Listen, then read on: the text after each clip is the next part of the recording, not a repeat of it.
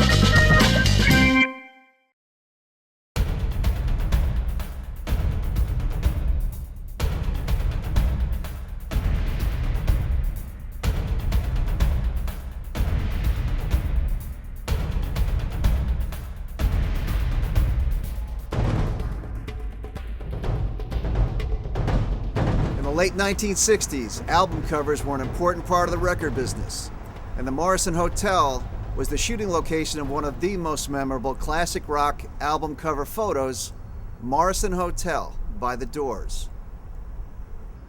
Built in 1914 at a cost of $95,000, the Morrison Hotel had already been in operation for over 50 years when Doors keyboard player Ray Manzarek saw it one day in the late 60s while driving around downtown with his wife.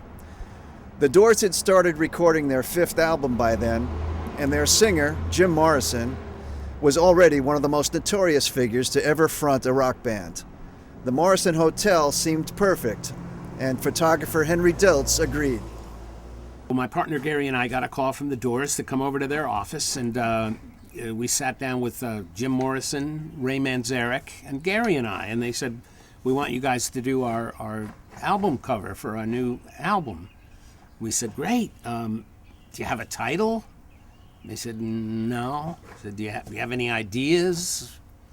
Any concepts? No, so we're just going, well, and at that point, Ray Manzarek said, "Well, my wife Dorothy and I were driving through downtown LA the other day, and we saw this old hotel. It said Morrison Hotel on the window, and we went, wow, that sounds great. I mean, that sounded perfect. Let's go down there." So we went down that same afternoon and found it. There it was, the Morrison Hotel. And so a couple days later, we went back with the entire group. We got down there in the afternoon, parked the Volkswagen camper outside, and walked in to the lobby. Now, it's a transient hotel. It was for like winos, to go sleep it off pretty much. Rooms were $2.50 and up. So nobody was in the lobby. It was a funky old lobby, with some overstuffed chairs. And there was one young guy behind the desk. And as the Doors walked into the lobby, I said to the guy behind the desk, "Well, we're just going to be over there for a few minutes shooting a couple pictures, no big deal."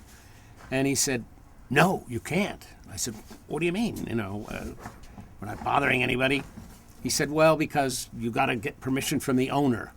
And the owner wasn't there. So we thought, oh, God. So we all went outside, and at first I thought, well, I'll have them stand in front of the window on the sidewalk. They can't really stop us. It's a public place. And as I was thinking that and looking through the window, I saw the guy leave the desk, get in the elevator, and ride up and leave the lobby. On the album cover, you can see this white light right here is the numbers of the elevator lit up where the guy left the lobby. So I said, "Quick, run in there, you guys." And I mean, everybody had the same thought at the same moment, and then they ran in there and just jumped behind that window. And I started shooting away. This boarded up section right here was where the plate glass window was that had the Morrison Hotel stencil lettering, and where the band members stood inside as Henry Diltz was out here shooting them through the window. I shot about half a roll from close up, and then Gary said, no, back up, get the whole window. So I kept shooting and kind of walked across the street with a telephoto lens, and we got the whole window. And that became the album cover. This is the whole entire shot of the window. And then over here you can see these colored lights of the Christmas tree that was in the lobby there, because this was done in December. It was actually December 17th, probably around maybe 3 o'clock in the afternoon. So it was kind of a cool day. I mean, some of the guys here are wearing jackets. I think Jim took his jacket off for the picture.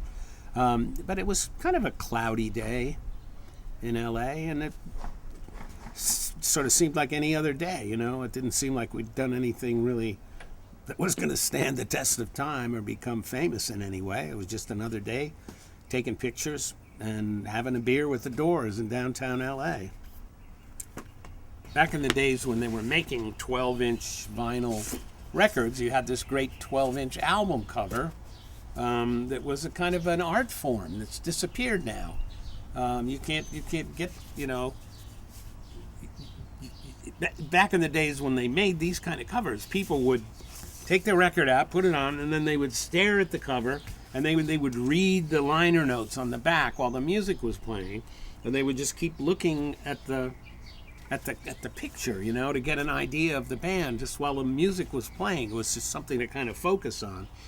So people, you know, say, geez, I don't know how many hours I stared at that photograph, and I understand why, you know. Then this was before the days of MTV, where you would see a video of your favorite group and you'd get a great idea of what they were like.